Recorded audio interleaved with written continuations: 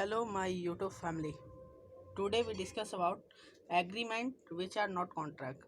वैसा एग्रीमेंट जो कभी भी कॉन्ट्रैक्ट नहीं बन सकता। एग्रीमेंट बहुत बड़ा टर्म है, कॉन्ट्रैक्ट उसका एक पार्ट है। इसका मतलब all agreement are not contract but all contract are agreement. दो एग्रीमेंट ऐसा है जो कभी भी कॉन्ट्रैक्ट नहीं बन सकता। Point number first, agreement relating to social matter and point number 2, domestic arrangement between husband and wife. आज का हमारा टॉपिक है agreement which are not contract. यहाँ लिखा हुआ है agreement which no intention to create legal relation are not contract. These are point number first, agreement relating to social matter. चलिए हम इसको समझते हैं। Agreement relating to social matter होता क्या है। अगर मैं अपने दोस्त को कहते हैं कि क्या तुम मेरे साथ घूमने चलोगे या सिनेमा देखने चलोगे, और कहता है हाँ चलेंगे। हमारा 6 बजे का टिकट था शाम का, वो मेरा इंतज़ार कर रहा है, मैं नहीं आ पाया। क्या वो मुझको स्यू कर सकता है कोर्ट में? क्या वो मेरे पे केस कर सकता है कोर्ट में? नहीं, वो नहीं कर सकता, क्योंकि ये agreement relating to social matter है। और दूसरा एग्जांपल, आपके कोई रिलेटिव ने आपको डिनर पे बुलाया, आप तैयार होके गए, आप उनके घर पे पहुँचे, आपके रिलेटिव है नहीं, क्या आप अपने रिलेटिव को स्यू कर सकते हैं?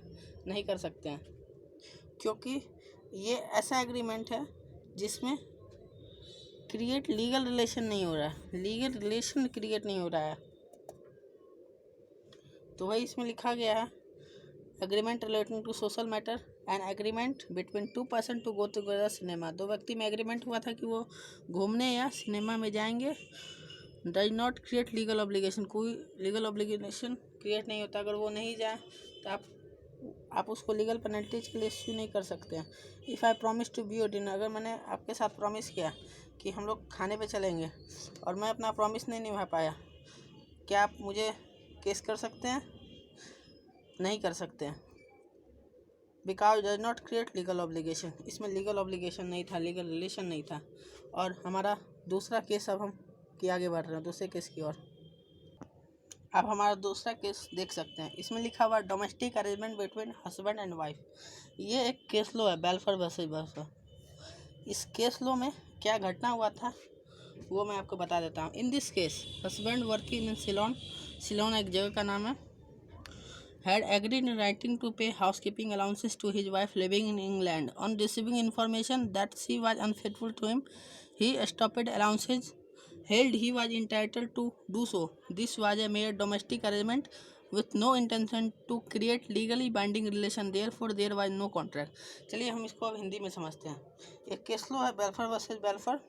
इस केस में क्या होता है, हस्बैंड काम करता है सिलोन में और वो एक राइटिंग, एक कागज़ पे राइटिंग लिख के देता है कि वो हाउसकीपिंग अलाउंसेस, मतलब घर खर्चा उसको अपनी वाइफ को भेजेगा। और उसकी वाइफ इंग्लैंड में रहती है।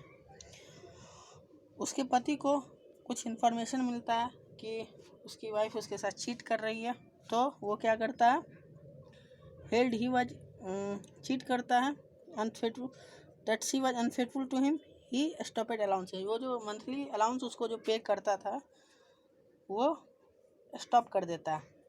Held he was entitled to do so, वो वैसा कर सकता है क्योंकि this was a mere domestic arrangement with no intention to create legally binding relation, therefore there was no contract.